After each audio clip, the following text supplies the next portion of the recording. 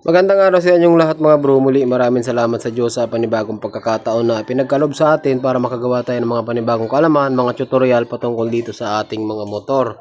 So meron tayong ginagawa dito mga bro na isang Suzuki Smash. Ang problema nito ay ayaw na maikambyo. Alright, so ito kagaya nito mga bro, pinapakita ko sa inyo. Kahit anong kambyo, hindi na po pumapasok. So ito yung tuturo ko sa inyo kung ano yung naging dahilan bakit nangyari yung ganitong klaseng problema sa ating mga motor.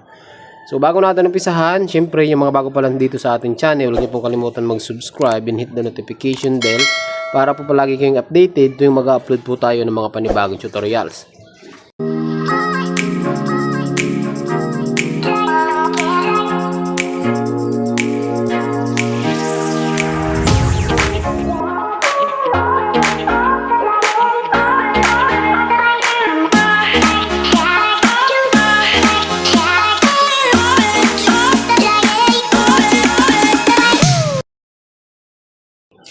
Kung makikita nyo mga bro, bali kinalas na po natin yung clutch side nya, so wala na yung primary clutch, wala na rin yung secondary, yung mga parts dito wala na.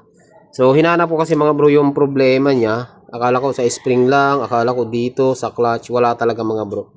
So ang pinaka problema nya mga bro ito. Pakita ko sa inyo Ito mga bro, bibihira ito mangyari pero nangyayari. Ayan ito. Ito yung bali yung lever natin. Nandito may spring po yan na maliit dyan. Tinanggal natin. Ito yung naging pinakasakit niya mga bro. Ito yung shifting drum natin. Tingnan nyo Ayan Kita ba? Lapit natin ng konti mga bro para makita nyo talaga. Baka hindi nyo kasi nakikita. Ito yung shifting drum. Dito nakakabit yung star natin. Ayan yung dito yung kawit. Mayroong mga pinyan dyan mga bro. Pinagtatanggal ko na. Para lang ma-expose ko sa inyo, may pakita ko sa inyo yung pinakasalarin niya. Ito mga bro. Ayan.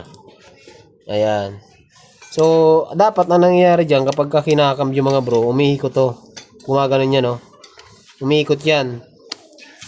Pag ganun dapat ang ikot niya Pak, primera, segunda, umiikot siya. Tapos, sa shifting drum naman nakakabit yung pin at saka yung shifting fork. Yung shifting fork naman mga bro ang naglilipat-lipat dun sa mga gearings natin. Kung primera ba, kung segunda, tercera, kwarta. So normally, pag kinambyo mo, gaganon isa. Yan, primera, halimbawa. Ayan. Ganon dapat siya. Ang nangyari dito, pagka kinakawit nito, ito, yung kawit na to mga bro. Kasi ganun yan Gumaganon-ganon yan mga bro. Ayan gumaganon-ganon yan So kapag kinakawit niyang ganon, ito, dapat paikot siyang ganon. Ang nangyayari, gumagano lang siya Ayan Gumagano-ganon lang siya kaya hindi na siya nakakambyo. So ang diskarte natin dito mga bro, meron po itong harang tinanggal ko lang para mas kita nyo ito. Ayan Ayan.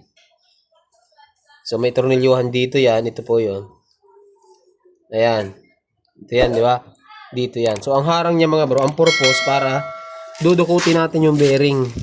Kapag matigas yung bearing mga bro, dalawang klase. Merong matigas na bearing, meron namang hindi matigas. Ito sa alog na, ayan alog na siya, matagal na may tama to. Duda ko dito hindi siya matigas. So ngayon lang natin to kakalasin.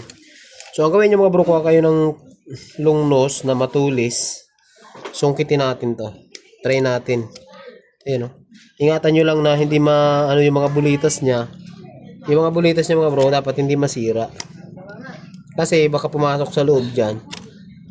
Ang mangyayari dyan, overhaul tuloy. Ayun! Kita nyo? Yan Yan. Ito yung pinakadurog na bearing Kunti na lang, na to mga bro, kunti na lang lalabas na to Yeah. Grabe. So papalitan natin to mga bro.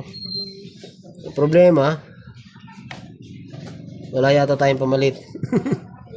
Ganda, di ba? Ayos. Hindi na tayo mag-overhaul dahil hindi nadurog yung mga bearing sa loob. Possible kasi pumasok to sa loob. Yung mga maliliit na gitna ng bearing na yan mga bro. Alright. So, tips lang ito mga bro baka meron din kayong problema, i-double check nyo. Baka ganito rin yung problema nyo. Pero ulitin ko, ito pa ay bibihira mangyari kasi hindi naman tuloy-tuloy ang ikot nito. Bali, gumagalaw lang tong bearing kapag nagkakambyo tayo. Primera, segunda, tercera, kwarta. So, syempre, sabi ko nga sa inyo, hindi natin alam kung ano yung parts na bibigay dito sa makina. Kaya, ito, anong nangyari mga bro? Durog yung kanyang shifting drum bearing. Alright, so bibili muna tayo mga bro dahil hanapin po yung ganito, special bearing po kasi ito ano. Bibili muna tayo ng ganito. Kapag wala, siguro mag-order tayo. Pero kung makakabili tayo dyan sa labasan, sa motor shop, mas maganda po. So siguro mga bro, hanggang dito lang yung video natin ano.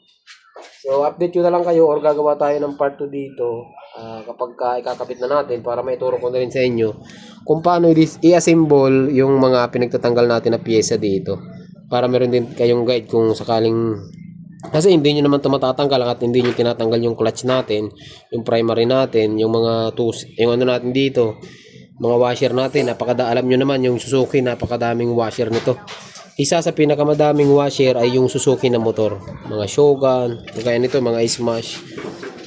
So, yun lang. Para may clear yung video natin mga bro, ulitin ko, abangan nyo na lang kasi gagawa tayo ng part 2 dito.